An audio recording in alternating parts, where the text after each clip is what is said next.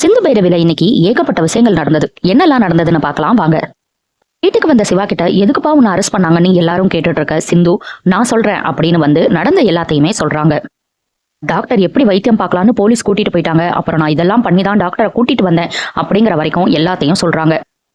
மகா எல்லாத்தையுமே கேட்டுட்டு, என்னடி ரொம்ப நல்லவ மாதிரி சீன் போட்டுட்டு இருக்க, நீ சொன்ன பொய்னாலதான் என் பையனை போலீஸ் ஸ்டேஷனுக்கே கூட்டிட்டு போயிருக்காங்க. இப்ப என்னமோ நீ என் பையனை போய் காப்பாத்திட்டு வந்த மாதிரி சீனை போட்டுட்டு இருக்க, உன்னாலதான் அவனுக்கு வேலையும் போச்சு, இப்ப போலீஸ் ஸ்டேஷன்லயும் போய் உட்கார்ற நிலைமை ஆயிருச்சு அப்படின்னு சொல்றாங்க. அதுக்கப்புறம் சிவா கிட்ட மகா, இங்க நல்லவங்களுக்கு காலமே கிடையாது சிவா, நீ வா உள்ள போலாம் அப்படின்னு கூப்பிடுறாங்க. என்ன பூர்ணி சிவா கிட்ட, இரு சிவா, போலீஸ் ஸ்டேஷன் வரைக்கும் போயிட்டு வந்திருக்க, உனக்கு திருஷ்டி எடுத்ததுக்கு அப்புறம் நீ உள்ள போ அப்படின்னு சொல்றாங்க. கூடவே சிந்துவையும் வந்து நிக்க சொல்றாங்க. திருஷ்டி எடுத்துட்டு சிவா உள்ள போயிடுறாரு. மகா அப்பவும் அன்னபூர்ணி கிட்ட, நீங்க சிவாவை வாழ வைக்கிறதுக்காக சிந்துவை இங்க கூட்டிட்டு வரல, அவனை உயிரோட சாகடிக்கிறதுக்காக தான் கூட்டிட்டு வந்திருக்கீங்க. எப்போ சிந்து இந்த வீட்டு விட்டு போறாளோ அப்பதான் என் மகனுக்கு நிம்மதி அப்படின்னு சொல்லிட்டு உள்ள போயிடுறாங்க. அன்னபூர்ணி அதுக்கப்புறம் சிந்து கிட்ட, உன்ன மாதிரி ஒரு மருமக கிடைக்க நான் கொடுத்து வச்சிருக்கணுமா, உன்னை பத்தி மகா புரிஞ்சுக்கிட்டா இப்படி எல்லாம் பேச மாட்டா, அது வரைக்கும் பொறுமையா இருன்னு சொல்லிடுறாங்க. காஃபி கொட்டினத ரூம்ல சிந்து தொடச்சுக்கிட்டு இருக்காங்க. சிவா வந்து, இப்போ உனக்கு சந்தோஷம் தானே அப்படின்னு கேக்குறாரு. என்ன டாக்டர் சொல்றீங்க அப்படின்னு சிந்து கேட்க, உன்னாலதான் எனக்கு வேலை போச்சு, உன்னாலதான் இன்னைக்கு நான் போலீஸ் ஸ்டேஷன் வரைக்கும் போயிட்டு வர வேண்டியதாயிருச்சு, எல்லாத்தையும் பண்ணிட்டு இப்ப நல்லவ மாதிரி சீன் போட்டுட்டு இருக்கியே, நீ போடுற நாடகத்தெல்லாம் எங்க பெரியம்மா வேணா நம்பலாம், ஆனா நான் நம்புறதுக்கு ரெடியா இல்ல, எப்ப நீ இந்த வீட்டை விட்டு போறியோ அப்பதான் எனக்கு சந்தோஷம் அப்படின்னு சிவாவும் சொல்லிடுறாரு. சிந்துவை பார்க்க ஒரு சைடு பாவமா இருந்தாலும் பண்ண தப்புக்கு அனுபவிச்சுதானே ஆகணும். பைரவி இங்க அவங்களோட புக்ஸ் எல்லாத்தையுமே அலமாரியில அடுக்கி வைக்கிறாங்க. இது மட்டும் இல்லாம அங்க இருந்த ஆறுமுகத்தோட நோட்டையெல்லாம் கீழே தள்ளி விட்டுறாங்க. என்ன பண்றீங்கன்னு ஆறுமுகம் கேட்க, உனக்கே இந்த ரூம்ல இடம் கிடையாது, உன்னோட நோட்டுக்கு மட்டும் எதுக்கு இடம் அப்படின்னு சொல்றாங்க. சத்யராஜ் மாமா பிள்ளைய பெத்து வைக்க சொன்னா எருமலையை பெத்து வச்சிருக்காரு, எப்ப பார்த்தாலும் பொங்கிக்கிட்டே இருக்கா அப்படின்னு சொல்லிட்டு நோட்டை எல்லாம் எடுத்துட்டு ஆறுமுகம் அங்க இருந்து போயிடுறாரு.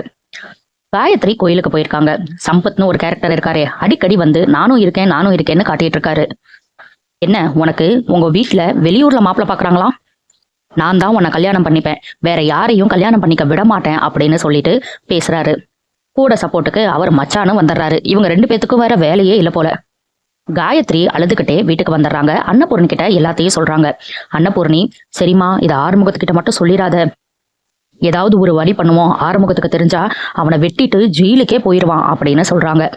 காயத்ரியும், நான் கண்டிப்பா அண்ணன் கிட்ட சொல்ல மாட்டேமான்னு சொல்லிடுறாங்க. பைரவி ரூம்ல எடுத்து வச்ச புக்கு எதையுமே காணா அப்படின்னு தேடிக்கிட்டு இருக்காங்க.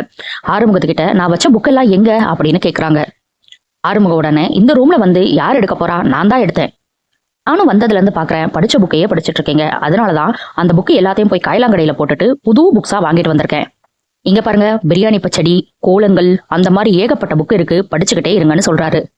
என்னது, காய்லாங்கடையில போட்டுட்டியா, உனக்கு கொஞ்சமாவது அறிவு இருக்கா, அந்த புக்கு இப்பவே வேணும், போய் எடுத்துட்டு வா அப்படின்னு சொல்றாங்க. கடைக்கு போய் இப்பவே வாங்கிட்டு வரேன், எதுக்கு இவ்வளவு கோவப்படுறீங்க அப்படின்னு சொன்னதுக்கு, கண்ணு முன்னாடி நிக்காத போடா அப்படின்னு சொல்லிடுறாங்க. என்னது போடாவா அப்படின்னு சொல்லிட்டு அங்க இருந்து கிளம்பிடுறாரு ஆறுமுகம். காயத்ரி இங்க ரூம்ல அழுதுட்டு இருக்கிறத பார்த்துட்டு ஆறுமுகம் போய், என்னம்மா ஏன் அழுதுட்டு இருக்க, பைரவி ஏதாவது திட்டுனாலா அப்படின்னு கேக்குறாரு. ஐயோ அதெல்லாம் ஒண்ணும் இல்லைன்னு, கண்ணுல தூசி பட்டுருச்சு அவ்வளவுதான் அப்படின்னு சொல்றாங்க. நிஜமாவே எதுவும் இல்லைன்னு கேட்டதுக்கு, அதெல்லாம் ஒண்ணும் இல்லைன்னு சொன்னதுக்கு அப்புறம் ஆறுமுகம் போயிடுறாரு. பைரவி இங்க தனியா நின்று யோசிச்சுட்டு இருக்காங்க. சிந்து வந்து என்னன்னு கேட்டதுக்கு பைரவி நடந்த எல்லாத்தையும் சொல்றாங்க. அவனோட மூஞ்சியை பார்க்கவே எனக்கு பிடிக்கல, இப்படி புக்ஸ் எல்லாம் போய் காய்லாங்கடையில போடுறான், இவனை என்ன பண்றதுன்னே எனக்கு தெரியல, கொஞ்சம் கூட அவனுக்கு அறிவில்லை, பேர்பட்ட ஆளை எனக்கு கல்யாணம் பண்ணி வச்சுட்டாங்களே அப்படின்னு ரொம்பவே ஃபீல் பண்றாங்க. அப்பாக்கு பண்ணி கொடுத்த சத்தியத்தினால நானே பிடிக்கலன்னு சொல்லிட்டு போகாம இருக்கேன், இவன் கூட எல்லாம் என்னால வாழவே முடியாது அப்படின்னு சொல்றாங்க. உன்னை பத்தி தெரிஞ்சுட்டா அவர் இப்படியெல்லாம் நடந்துக்க மாட்டாரு, கொஞ்சம் கொஞ்சமா உன்னை பத்தி புரிய வை அப்படின்னு சிந்து சொல்றாங்க.